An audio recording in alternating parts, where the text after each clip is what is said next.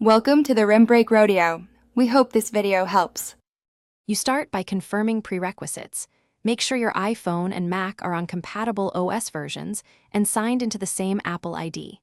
Next, enable Bluetooth and Wi-Fi on both devices. Handoff must be on in Settings and System Preferences. Now bring the devices close, about 1 to 3 meters, so Bluetooth discovery can happen reliably. Follow the on-screen pairing prompt on your Mac when it appears. Accept any confirmation codes shown on the iPhone to initiate the secure connection. Once paired, you configure continuity features that make linking useful. Enable handoff, AirDrop, continuity camera, and universal clipboard in both device settings. Make sure iCloud Sync is active for the apps you want, contacts, photos, messages, so data flows seamlessly.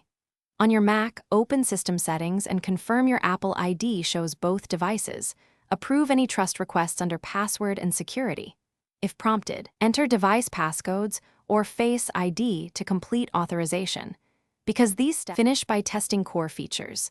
AirDrop a file, start a call on your iPhone and answer it on the Mac, and attach your iPhone as a continuity camera.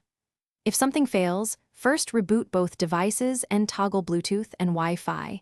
Make sure both are on the same network.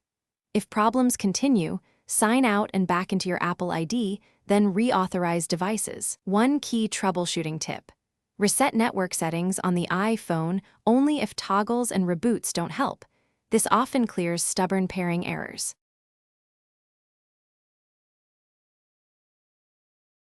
Thanks for watching. Consider subscribing if we helped you.